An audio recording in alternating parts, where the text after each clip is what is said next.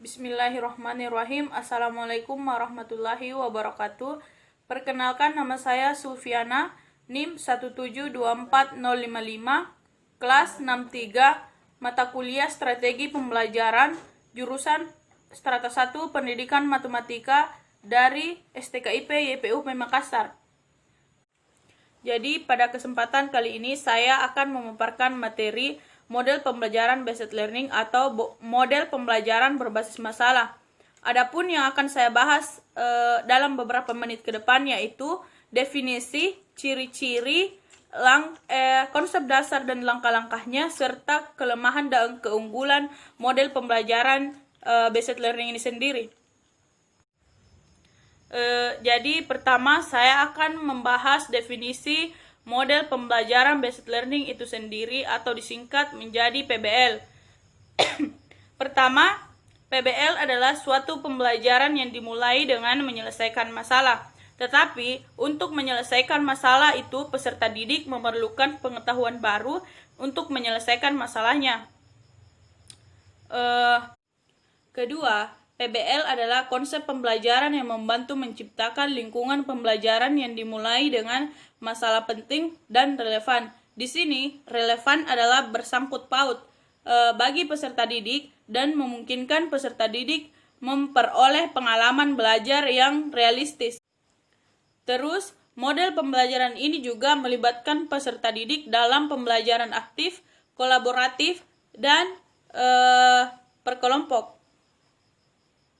Kedua, ciri-ciri model pembelajaran based learning. Pertama yaitu merupakan rangkaian aktivitas pembelajaran. Artinya, dalam proses pembelajaran ini tidak mengharapkan peserta didik hanya sekedar mendengarkan, mencatat, kemudian menghafal. Akan tetapi, melalui strategi ini peserta didik aktif berpikir, berkomunikasi, mencari dan mengolah data, dan akhirnya bisa menyimpulkan. Kedua, aktivitas pembelajaran diarahkan untuk menyelesaikan masalah. Jadi, strategi pembelajaran berbasis masalah bisa menempatkan masalah sebagai kata kunci dari proses pembelajaran. Tanpa masalah tidak mungkin ada proses pembelajaran. Ketiga, konsep dasar pembelajaran berbasis masalah. Dalam implementasi model pembelajaran berbasis masalah, guru perlu memilih bahan pelajaran yang memiliki permasalahan yang dapat dipecahkan. Pertama, guru menginginkan agar peserta didik dapat bertanggung jawab dalam belajarnya. Kedua, guru juga menginginkan agar peserta didiknya dapat menghubungkan antara teori yang dipelajari dalam kelas dan kenyataannya yang akan dihadapinya di luar kelas nanti. Ketiga, guru juga menginginkan agar peserta didiknya dapat memecahkan masalah dan membuat kemampuan intelektual siswanya bertambah. Langkah-langkah model pembelajaran berbasis masalah.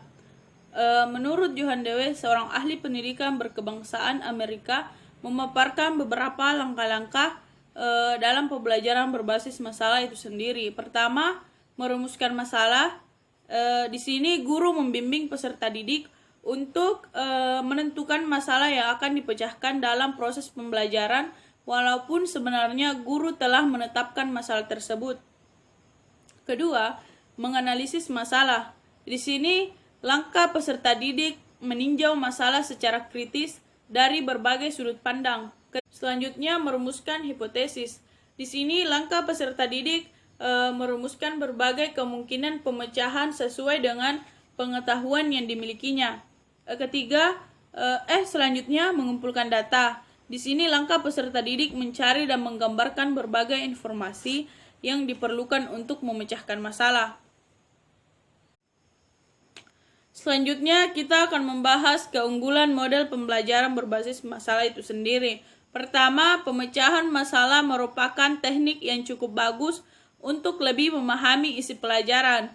Kedua, dapat menantang kemampuan peserta didik serta memberikan kepuasan untuk menentukan pengetahuan baru bagi peserta didik. Ketiga, dapat meningkatkan aktivitas pembelajaran peserta didik. Keempat, dapat membantu peserta didik bagaimana mentransfer pengetahuan mereka untuk memahami masalah dalam kehidupan nyata. Selanjutnya, kelemahan model pembelajaran berbasis masalah. Pertama, manakala peserta didik tidak memiliki minat atau tidak mempunyai kepercayaan bahwa masalah yang dipelajari sulit untuk dipecahkan, maka mereka akan merasa enggan untuk mencoba. Kedua, tanpa pemahaman mengapa mereka berusaha untuk memecahkan masalah yang sedang dipelajari, maka mereka tidak akan belajar apa yang mereka ingin pelajari. Jadi itulah materi yang dapat saya sampaikan. Kurang dan lebihnya mohon dimaafkan. Wabillahi taufiq wal hidayat. Wassalamualaikum warahmatullahi taala wabarakatuh.